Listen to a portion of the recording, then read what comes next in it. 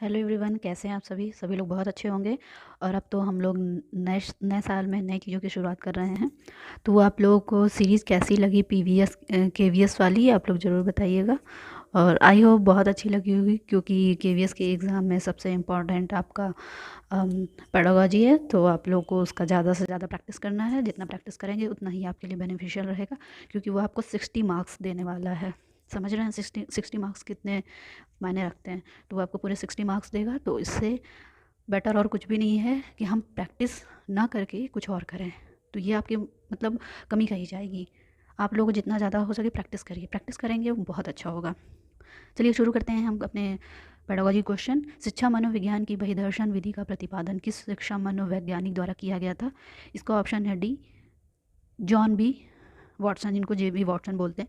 जे B Watson ने व्यवहारवाद का भी सिद्धांत बताया था। क्योंकि इसमें मान लीजिए इसमें पूछा है बही दर्शन, अगली बार पूछ दे व्यवहारवाद, तो ये आपको ध्यान रखना है। नेक्स्ट है, किस शिक्षा मनोवैज्ञानिक ने मापन की यथार्थता के आधार पर मापन के 4 स्तर बताए हैं? तो एस स्टीवेंस ने मापन के 4 स्तर बताए। और वो 4 स्तर कौन कौन से हैं? सबसे पहले होता है नामित मापन, फिर होता है क्रमिक मापन, फिर होता है अंतरित मापन, और एक होता है आनुपातिक मापन। ओके, ये 4 मापन होते हैं।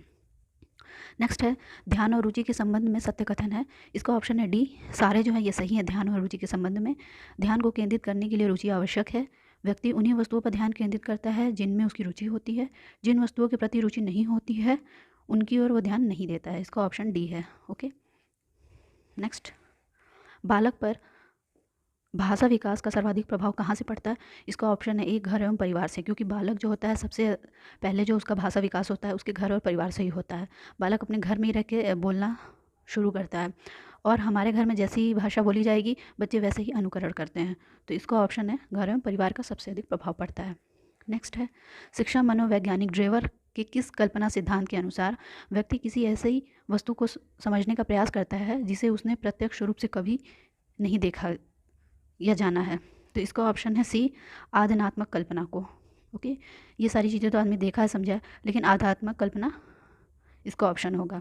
ओके, नेक्स्ट है, मनोविज्ञान शिक्षा का आधारभूत विज्ञान है, यह किसका कथन है? इसका ऑप्शन है बी, स्किनर का यह कथन है, मनोविज्ञान शिक्षा का आधारभूत विज्ञान है।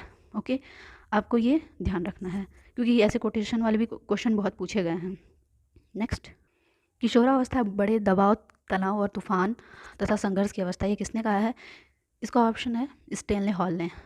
ओके, नेक्स्ट है, बच्चों में संग्रह करने की प्रवृत्ति किस काल में पाई जाती है? इसका ऑप्शन है बी, बाल्यावस्था में।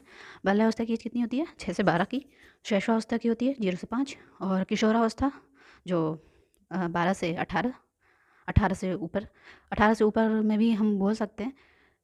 ओके, किशोरावस्था, बाल्यावस्था, लेकिन इसमें है बाल्यावस्था। नेक्स्ट, क्रिया एवं खेल पर आधारित शिक्षा विधि है। इसका ऑप्शन है ए, मॉन्टेसरी शिक्षण विधि। ओके, मॉन्टेसरी जो शिक्षण विधि है वो क्रिया और खेल पर आधारित है। नेक्स्ट है, स्वकेंद्रित अवस्था बालक की किस अवस्था को कहा जाता है? इसका ऑप्शन है बी, शैशवावस्था जो होती है वह स्वकेंद्रित होती है। जैसे कि जिन प्याजे ने भी इन सारी चीज़ों को अपने एज वाइज बच्चों को डिफाइन करके उन्होंने बताया है। ओके, शैशवावस्था जो होती है स्वकेंद्रित होती है, सेल्फ सेंट्रिक। ओके, नेक्स्ट, मनोविज्ञान की प्रथम प्रयोगशाला की स्थापना किसने की थी? इसका ऑप्शन है सी, विलियम वुंट ने की थी। जर्मनी में ये इसकी स्थापना हुई थी 1879 में।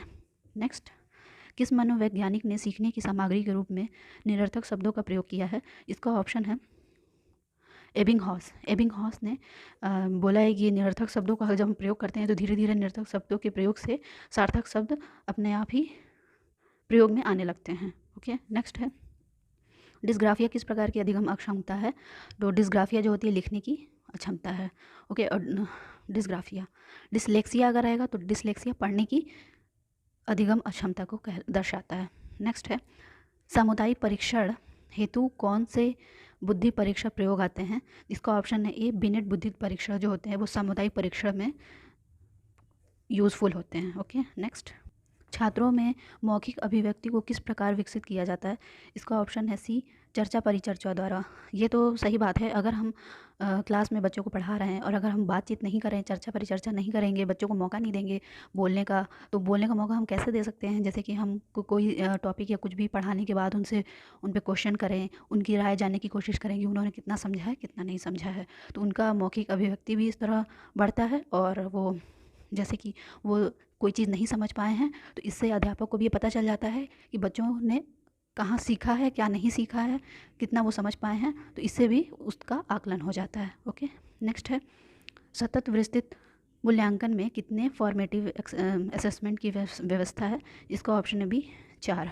ओके, नेक्स्ट है किस शिक्षा मनोवैज्ञानिक ने 20वीं शताब्दी को बालक की शताब्दी कहा है? इसका ऑप्शन है ए ग्रोयम क्रो ने। नेक्स्ट, विशिष्ट बालकों की श्रेणी में किस प्रकार के बालकों को शामिल किया जाता है? इसका ऑप्शन है डी सभी प्रकार के बालकों को। वंचन के आधार पर भिन्न बालक, बौद्धिक रूप से भिन्न बालक, शारीरिक रूप से भिन्न बालक।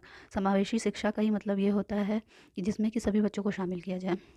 ओके, विशिष्ट बालकों की श्रेणी में सभी बच्चे आएंगे। इसका ऑप्शन है डी। नेक्स्ट है किस स्तर पर शिक्षा की समस्या अधिक और महत्वपूर्ण और जटिल मानी जाती है? इसका ऑप्शन है सी प्राथमिक स्तर की जो शिक्षा होती है वो बच्चों के लिए थोड़ी सी महत्वपूर्ण और जटिल मानी जाती है। ओके, नेक्स्ट है संवेगात्मक बुद्धि के संपत्ति की ओर शिक्षा शास्त्रियों व मनोवैज्ञानिकों का ध्यान व्यापक रूप से आकर्षित करने का श्रेय किसको जाता है? इसका ऑप्शन है ए डैनियल गोलमैन को जाता है। नेक्स्ट, तो आप लोगों को ये क्वेश्चन कैसे लग रहे हैं? आई होप बहुत अच्छा भी लग रहा होगा, क्योंकि ऐसे आपको क्वेश्चन ज़रूर मिलेंगे एग्ज़ाम में। आप लोग ज़रा देखिएगा और तब फिर बताइएगा। तो और मैं देखिए टाइम नहीं पास कर रही हूँ आपका, चाहे मेरा, बस ये है मैं आप लोगों के हित के लिए काम कर रही हूँ, जिससे कि आप लोग को ज़्यादा से ज़्यादा प्रैक्टिस मिले और आप लोग अच्छा सा नंबर गेन कर सको। तो मेरी ये कोशिश रहती है, ये नहीं कि 2 क्वेश्चन कराने के बाद पहले गपशप कर लें फिर उसके बाद करते हैं, तो ऐसा नहीं, क्योंकि एग्ज़ाम आपके सर पे है। तो इससे मूर्खता ज़्यादा और कुछ नहीं हो सकती है कि हम अपना टाइम पास करें। तो ज़्यादा बेटर यही होगा कि आप लोग मेरे साथ जुड़ें और ये क्वेश्चन करें और ये सीरीज़, ये जो टेस्ट है इसको सभी लोगों के साथ शेयर करें। चलिए देखते हैं नेक्स्ट, मानवतावादी मनोविज्ञान का आध्यात्मिक जनक किसे कहा जाता है? इसका ऑप्शन है ए अब्राहम मैस्लो को कहा जाता है। नेक्स्ट है व्यक्तित्व मापन की किस विधि से यह जानने का प्रयास किया जाता है कि कोई व्यक्ति अपने साथियों अथवा अपने परिचितों के समक्ष अपने व्यक्तित्व के संबंध में क्या छवि या छाप छोड़ता है? इसका ऑप्शन है बी निर्धारण मापनी द्वारा हम ये मापन कर सकते हैं कि कौन कैसा है, किसका व्यक्तित्व किस तरह का है। तो इसका ऑप्शन बी है। नेक्स्ट, बालिकाओं का भाषिक विकास बालकों से उच्च किस अवस्था में रहता है? इसका ऑप्शन है बी बाल्यावस्था में। वंशक्रम संबंधी नियमों में सम्मिलित होता है? इसका ऑप्शन है डी विभिन्नता का नियम, समता का नियम, प्रत्यागमन का नियम, उपयुक्त सभी। उपयुक्त सभी आएगा। विकास और विकास के अधिगम जो सिद्धांत हैं तो उसमें विकास के सिद्धांत बताए गए हैं। विकास के नियम कौन कौन से हैं? तो समानता का नियम, प्रत्यागमन का नियम, विभिन्नता का नियम, क्योंकि सब में जो विकास होता है सबके विकास की गति जो होती है वो अलग अलग होती है। लेकिन ये नहीं है कि विकास इंडिया, अगर हम एक एग्ज़ाम्पल ले लें कि इंडिया और अमेरिका का या इंडिया और किसी भी देश का अगर हम एग्ज़ाम्पल लेते हैं तो जो भी बच्चे होंगे सबका विकास एक जैसा ही होगा। जैसे कि कोई बच्चा धीरे धीरे ही शुरू से बड़ा होगा, ना कि कोई बड़ा हो जाएगा पहले फिर उसका विकास बाद में होगा। तो सबके विकास की गति भी भिन्न होती है। ओके, नेक्स्ट है जब समय के साथ साथ अधिगम की मात्रा में समान रूप से वृद्धि होती है तब प्राप्त होता है। इसका ऑप्शन है ए सरल रेखीय वक्र। जैसा कि हम बताए थे जब हम आपको क्वेश्चन कराए थे पिछले वाले वीडियो में, उसमें भी ये सरल रेखीय वक्र, उन्नतोदर वक्र और नतोदर मिश्रित वक्र सारा आया था, तो उसमें हम सारा एक्सप्लेन भी किए थे। सरल रेखीय वक्र होगा जिसमें कि समय के साथ साथ जो अधिगम होता है वो समान रूप से बढ़ता जाता है।